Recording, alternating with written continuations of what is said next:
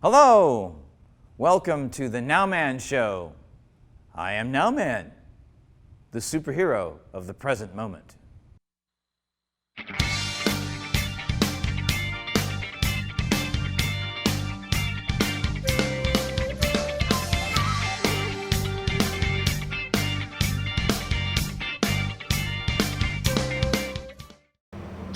Hello! This is Nice Wander. You're watching the Nowman Show, and I'm here in the Charles Bukowski Memorial Studio, killradio.org, where I do the internet radio show, the Nowman Show, Deep Cuts, and more. I guess you could say this particular episode is the best of 2015 and more. And I'm here with co-producer Dave Johnson. And Dave, man, what an amazing season it's been. All the guests we've had. James Lee Stanley, who was so gracious to invite us into his studio and played live for us. And the Green Festival, talking to Erica Podest, a climate scientist, and Antonio and Philippe, the filmmakers, and actor Andrew Keegan, and Jimmy Dore, and the Politicon, and gosh, it was just amazing. Dave, do you have any particular favorites? Well, the radio guy. Yeah, Michael James Casey was amazing. His documentary about vintage radio is one of my favorites because I'm a radio guy. Yeah, I just a fantastic interview, and we actually had clips from his upcoming documentary, which is called Hearing Voices, How Radio Changed America and America Changed Radio, and he's got Larry King in it, Wink Martindale, John Aston, Marcia Hunt, Dick Van Patten, just an amazing crew of veteran radio artists, some that became TV stars and all that. But there's comedian Jimmy Dore, there's comedian John Fugelsang, who will be coming up in future episodes, and just an amazing array of artists and guests. So what we're going to do now is show you some highlights of this first season on the Nowman Show right now. It's time to have fun with Nowman at the world-famous Doodah Parade in Pasadena. Here we have the bearded lady. Hello, ladies. I am Nowman. All the existence right now. Right. And wow, well, I just saw something that we can't film. I've never seen at the Doodah Parade before, but an actual woman nursing her infant baby. Oh? Yes. But we can't show you that on this show. You know what is the UCLA stands for? You see lots of Asians. That's like a tech shop and a boba shop every corner. So we've used it twice. It was at these steps for the International Convention in July, Laurel and Hardy Convention. Excellent. And then we put wheels on it and rolled it down our parade for our fair in September. So today I brought it down, and I'm excited to have the actors play with the box a little bit. Something only like 2% of people are Facebook friends with their neighbors, which is bizarre. What would you recommend that we do together to help make the world a better place? Ooh. I'd like to see more people come out and support each other, you know, because I feel like there's so much great stuff and so many people have different ideas, and just seeing and being in community, I think that's where the energy comes from, as we talked about. When you see someone else doing something, you get inspired, they inspire you, and it feeds off. And I think that's, if you're talking a renaissance, that's big, but that's how it's going to happen. What do you call this instrument here? This instrument has two names. One of them is S-A-Z, saz. Other one is the bağlama, B-A-G-L-A-M-A. And this instrument has 7 strings. Bottom is 3. Middle is 2, top is 2. And Turkish folk instrument is very ancient instrument.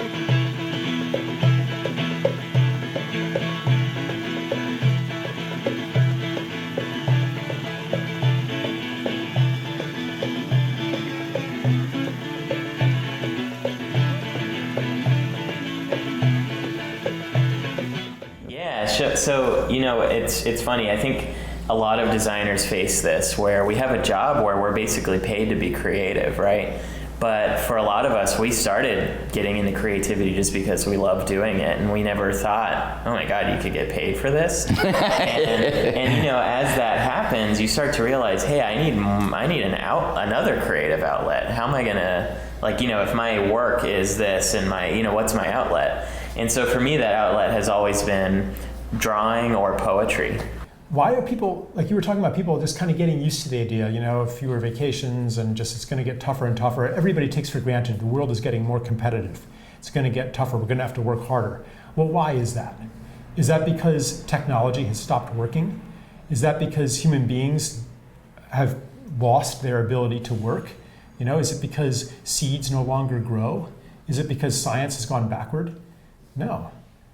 We should be able to work less and less and less to maintain beautiful lives. But instead, we consume more and more and more, and it's not even equal. And it's not equal, and it's definitely not sustainable. I mean, and I think that, we are here to not only interact with each other and to share and care, but to have fun.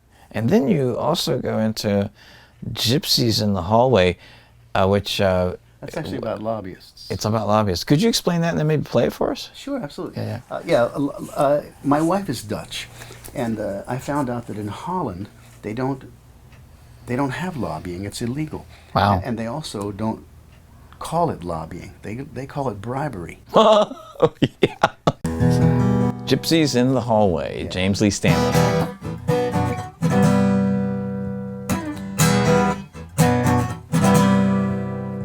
There's gypsies in the hallway with their potions and their spells. They're waiting there in silence, but I hear their tiny bells. They're waiting without knocking, but I can feel them there. No secret safe outside your door. Open if you dare. Open if you dare. What's the lesson here? Two lessons. One, you want a different outcome to a period of economic hard times, you got to build organizations from below. You count on the political structure, you will get exactly nothing. Okay? That's first lesson. But even more important is the second lesson. If you don't, here we go now, change the organization of the enterprise, if you don't radically alter the capitalist enterprise, everything you do can and will be undone. See, what happened was you left in place the heads of all the corporations. You left in place the organization of the major shareholders, the board of directors, the whole apparatus that we began today with. You left them in place, which meant you left in place the people, the boards of directors and major shareholders, with every incentive to evade these rules and regulations. Now, you do tours all year long, like... the ghost tour that we offer. Yeah, we started that about a year ago, and it runs all year round on Saturday nights. And it's a walking tour of Hollywood, but instead of one of those paranormal tours where you're getting meters and things like that, it's hosted by The Undertaker with a big top hat and a Victorian veil and a candelabra walking through the streets of Hollywood. And it's really fun. It's more of a Ghost and Mr. Chicken sort of experience, or the Haunted Mansion sort of a thing. It's just good fun. They're real ghost stories, and I wouldn't hire somebody that would make it annoying. He's just good fun. That sounds great. And what do you have to say, Marilyn? Oh, it's Scarolyn Monroe. What's your take on the debates so far, Republican and Democrat? Well, first of all, I love to listen to Donald Trump talk because every once in a while I'm in the mood to watch a Hitler documentary, and I want to hear it narrated by Gary Busey. You know what I think? Every time I look at that hair, I'm a big fan of Star Trek. I think of that episode, The Trouble with Tribbles. Oh, I'm not a Star Trek fan. Well, it's these little tiny balls of like little animals that are like balls of fur. Oh, okay. And they just multiply really, really fast. Yeah. And they don't know how to control them. Well, the fact that that's what I think of every time I look at that hair. Yeah, I'd like to see the long-form birth certificate for his hair. I'd like to see that. I love the fact that he gets to chase the president around for 4 years, race baiting, asking for his long-form birth certificate, which you know what that is. That's that thing nobody ever heard of until we had a black president, right? You have your long-form birth certificate. That's right. I keep mine right next to my KKK card in case I ever get pulled over driving through Ferguson. Right. And so, so that's crazy. And then they fire him when he says all that. I love how the news media, they call his controversial immigration comments instead of his racist immigration comments. That's right. In fact, I was watching MSNBC one day, and Katie Tour, who's a reporter referred to him as his racist immigrant, and she goes, "I'm sorry, his she literally said the truth, and then had to quickly correct the record because she's a journalist on corporate TV." The Nowman Show visited the Green Festival. Larry Santoyo. Larry, welcome to the Nowman Show. Thanks for having me. My pleasure. Now, we are here at the Green Festival, and you just did a talk on permaculture. For the listeners out there that may not know the definition, what is permaculture? That's something that I almost always avoid the answer to. Oh, really? Yeah. I'm glad you asked, so while I think of some way to change the subject. There's really no succinct way to answer it. All these years I've tried to come up with a way to do that, and I think that in the last few years, the way that I've been describing or defining permaculture design before I change the subject is that permaculture design is decision-making and problem-solving protocols based on natural patterns. That's it. It's not about gardening. It's not about techniques and technologies. It's not about building with straw or mud. It's problem solving and decision making protocols based on the observation of natural systems. And also, if anyone's on Facebook, if you like us, we'll give you a free loaf of bread. I think the answer is being mindful of our thoughts and their energetic quality, and using that energy for creative solutions. What can we do together to make a better place?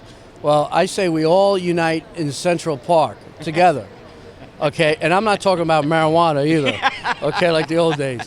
And we just, you know what, like they're doing today, matter of fact, they're global citizen. You get together, you hear music, everybody's together with peace, you know, and talk peace, and just be together as human beings. Hello, this is Nowman. I am the superhero of the present moment and the host of the Nowman Show. I'm Andrew Keegan, and when I'm in LA, I watch the Nowman Show. We have all kinds of interesting stuff. Education. Think about it. Entertainment. Hi, my name is Erica Podest, and I'm a scientist at NASA's Jet Propulsion Laboratory. And next time I'm in Pasadena, I'll be checking out the Nowman Show. Music, film. Get down, get funky. Hi, my name is Philip Carrillo. I'm a filmmaker, and each time I'm in Los Angeles, I'm watching the Nowman Show. We're on location. Hi, I'm John Fugelsang, and when I'm in LA, I like to buy lots of shoes and not walk anyplace. But also, I like to watch the Nowman Show because it is better than the best show on all of TV. The Nowman Show is also on YouTube. Now! Why is the TPP a really bad idea? Well, the bad idea is too general. This is a so-called free trade agreement that will be stacked on top of 20 current trade agreements that the United States is engaged in. Wow. Number one. Number two, it will be further stacked, as you stated, on top of NAFTA. NAFTA was a corporate litmus test. How do you define a worker co-op? Sure. I would say a worker co-op is if you go into a shop, you see the secretary there, you see the apprentice, you see the journeyman. If the shop's owned by them, that's a worker co-op. You want the shop not only be owned by them, but it's the shop that serves them as well, right? So it's not just a backroom investor. The babies have nowhere to go, so this foundation takes them in. And that's sort of where the film's central focus is. It's on this group of orphan baby vervet monkeys. And it follows them through the first 6 months of their life. We see them learn how to literally walk and talk, monkey language, but talk and drink from a bottle and eventually eat solid foods. And we watch them, learn how to climb and then interact with each other and then other monkeys in troops. And meanwhile, this is all being facilitated by local African staff members and volunteers who come from all around the world. And then in the end of this simplistic, beautiful story is this heartwarming resolution where these baby vervets are introduced to foster mothers. Money in politics. We've had the Supreme Court and some other court decisions really chipping away at laws that have been put up over half a century to make the government look less corrupt. And Citizens United in 2010 was the really big one. People were like, this decision will unleash a flood of money. It's going to blow people's minds. The monopoly man is going to send democracy directly to jail. There's two groups, right? One of them was a 527, a super PAC. The other one was a 501c4. We modeled it after Crossroads, Karl Rove's group, because we thought, we might not like the rules, but we're not going to get run over by rules just because we're not playing by the ones that there are. Yes, there are rules that are in place that make it impossible to win if you don't raise money, but I'm still not going to sell my soul to the devil or to the devil of money in order to run a campaign. Let me pick up on that. As somebody who's actually run county presidential races, 40 elections, primaries and generals, 132 of them. And in almost every one, I was outspent. Almost every single one of them, I was outspent. The heart and soul of politics has really been corrupted by campaign spending laws and Supreme Court decisions.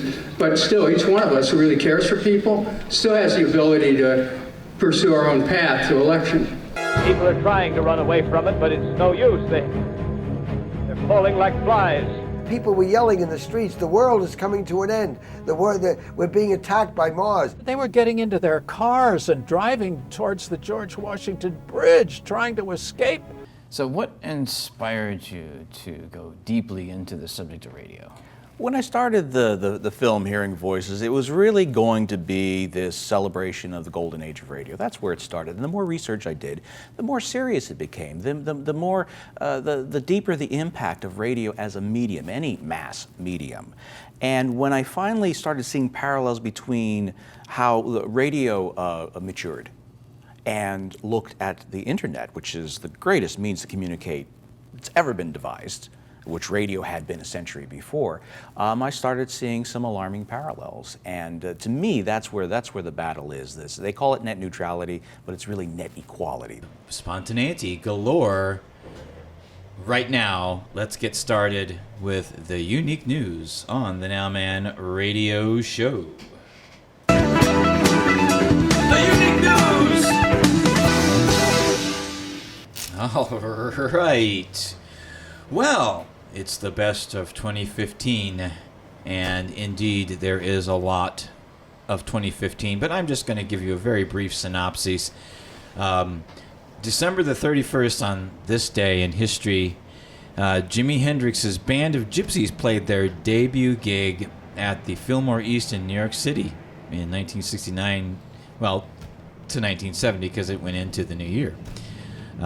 It featured Buddy Miles on drums and Billy Cox on bass. Now that would have been a place to be, for sure. The Beach Boys' first concert under that name also took place on December 31st at the Ritchie Valens Memorial Center in Long Beach, California, in 1961. Previously, before they called themselves the Beach Boys, they were Carl and the Passions. I did not know that. It's interesting. The Monkees' I'm a Believer on December 31st reached U.S. number 1 for 7 weeks going into, I guess, 1966. So, Yeah, that's pretty cool. David Bowie received a plaque in 1973 on this day for having five different albums in the charts at the same time for 19 weeks running. So it's also the birth date of John Denver. You all know who that chap is. And in 2015, it was the 150th anniversary of The Nation magazine. How cool is that? And also, it's the year that Billy Idol turned 60, believe it or not. And it is also, it's been 70 years since the ending of World War II. Can't forget about that. And also, it's the 40th anniversary of this album, Night at the Opera by Queen, and as well as the theatrical release of the Rocky Horror Picture Show. So, anyway, that's our unique news. So here's some segments that we produced throughout the year that we didn't show you yet right now.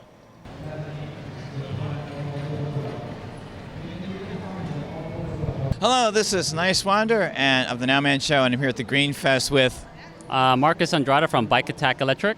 Yes, and what kind of? I just rode this bike and it's awesome. What does this bike do? What is it? So basically, it's a regular bike, and what they did was they put a motor on the back, and then it's powered by a battery, which is right here in the frame. What's your name? Star, also Baba Baby Bear.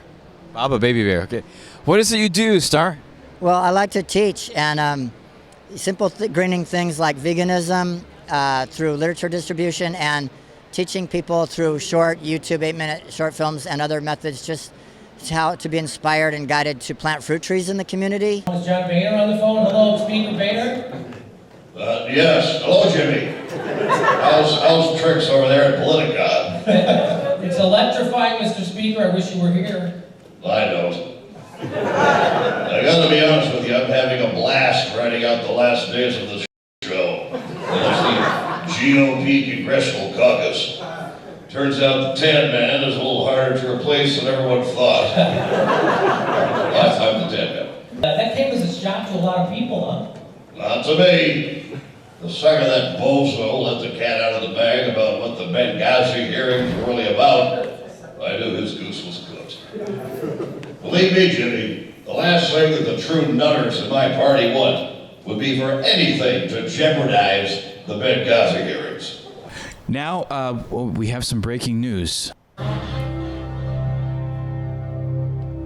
A large fleet of spaceships have been reported on the ground in the outskirts of Burlington, Vermont. This information comes from an inside source for the Nowman Show. The visitors have identified themselves as Zeta Reticulians from that solar system, apparently. They are apparently having secret meetings with presidential candidate Bernie Sanders regarding the state of the planet. They obviously recognize climate change is real, and if we don't radically address this issue very soon, it will be disastrous, according to sources. And according to a source also at a California rocket science firm who is remaining anonymous, some rich folks are planning trips to Mars. So we can only speculate on what that means. In the meantime, the Zeta Reticulians apparently are very peaceful and are ready to back Bernie Sanders on his many claims about the economy and how it affects the lives of hundreds of millions of people in the U.S. alone. Let alone, of course, climate change, as we see from the talks in Paris, France. So apparently this is only the beginning because of the critical situation of reckless behavior on Wall Street, supposed banks and big private companies that are too big to fail, let alone the effects of the greenhouse gases on our environment. Unlike the Orson Welles story, War of the Worlds, there is nothing to fear here. The conflict resolution focuses on the global economy, and if there is fear, that would be within the 1%, because everyone else has already been impacted by the global economic downturn of 2008, of which the 99% really hasn't yet recovered from. So that's breaking news here on the Nowman Show. Wow. Well, coming up in our next season on the Nowman Show, we will have more music, live music included. We'll have more comedy, live comedy included. We'll have more educational things, more about thinking about your thinking, and also following up on climate science and other stories, and maybe even some surprises that we can't even possibly anticipate at this moment. And for sure, we will be featuring the exclusive Nowman interview with the recognized school teacher, poet, author, musician, and radio show host Barry Smolin. So here is a preview of our next season right now. We need you in New York to talk to George Harrison and Ravi Shankar. And he hadn't toured since the 70s. And I was a huge George Harrison fan. I came from a rather religious background. And I admired how he took his Catholicism and used it to springboard into a deeper spiritual searching. And I knew he wouldn't want to talk about Beatles or Lennon. I knew he'd want to talk about God and what happens when you die and meditation. Jeff and I met each other in 1971. Neither of us remember.